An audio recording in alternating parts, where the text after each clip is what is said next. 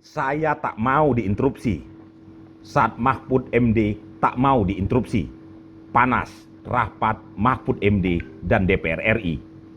Rapat antara Ketua Komite TPPU sekaligus Menko Polhukam Mahfud MD dengan anggota Komisi 3 DPR RI berlangsung cukup panas.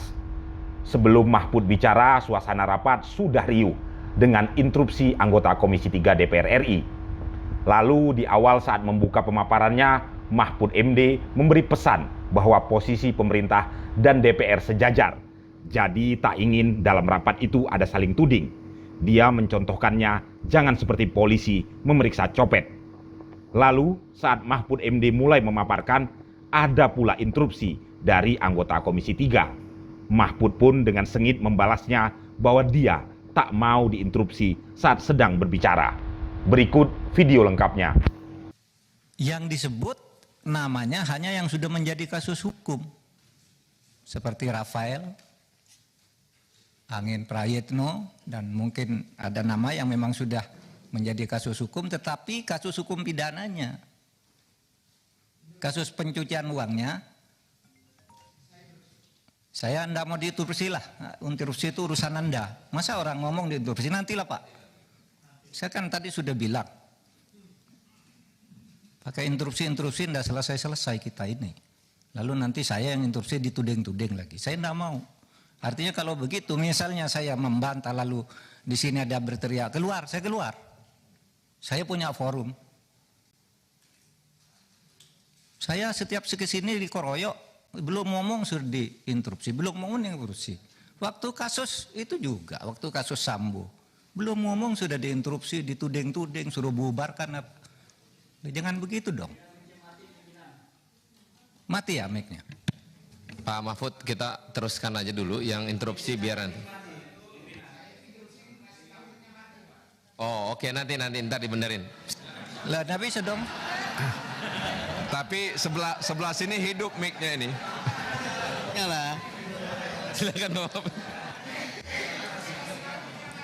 Amis Bakum kemarin Kalau mic-nya mati gimana saya ngomong? Ini hidup Pak Mahfud. Jangan-jangan disabotase ini. Enggak, kalau mau buka-bukaan ayolah. Di sini ada yang bisa dibuka, ada yang agregat nggak bisa nyebut nama. Kalau menyebut nama jangan-jangan ada orang yang di sini juga.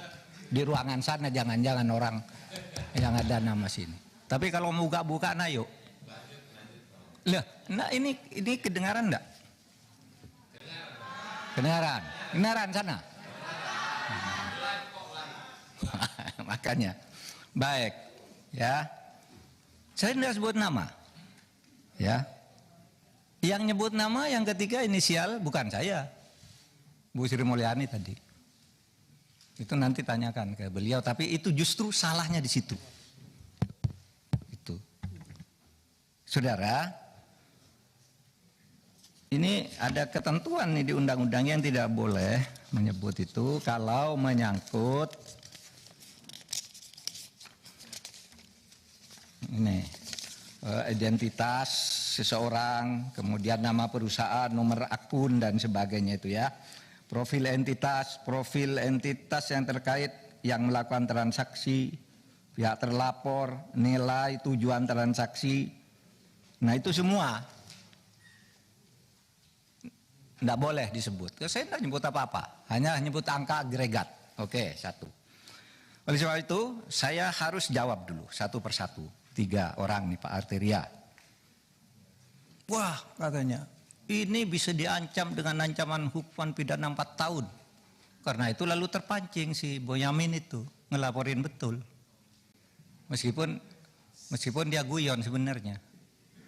Biar yang dipanggil itu menjelaskan katanya biar Pak Arteria. Oleh Marte dipanggil oleh polisi karena ada laporan, lalu apa salahnya? Itu kata si Pak Boyamin. Begini, saudara, apa dasarnya melapor ke ketua? Loh, saya ketua, jadi dia boleh lapor, boleh saya minta.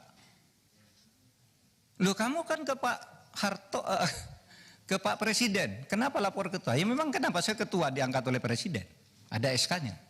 Terus untuk apa ada ketua, ada komite? Kalau tidak lapor, kalau saya tidak boleh tahu. Itu satu. Ya. Itu bisa dihukum 10 tahun. Beranikah saudara? Saudara Arteria bilang begitu kepada Kepala BIN, Pak Budi Gunawan. Pak Budi Gunawan tuh anak buah langsung presiden. Anak buah langsung presiden ya. Bertanggungnya presiden, bukan anak buahnya Menko Polhukam. Tapi setiap minggu laporan kayak ini resmi. Info intelijen kepada Menko Polhukam. Coba saudara bilang ke Pak Budi Gunawan. Pak Budi Gunawan, menurut Undang-Undang BIN bisa diancam 10 tahun penjara. Berani enggak? Menurut pasal 44. Kan persis yang saudara baca kepada saya. Bahwa kalau menyampaikan ke Menko Polhukam 10 tahun Pak BIN nyampaikan bukan ke presiden tapi ke saya nih. Ini bulan Maret ada nih. Kok terus enggak boleh gimana? Apa gunanya ada? Dan ini penting saudara. Karena apa? Ya. Karena saya bekerja berdasar info intelijen. Misalnya ada kayak gini, saya enggak bocorkan di sana, tapi tahu besok akan ada demo di sana.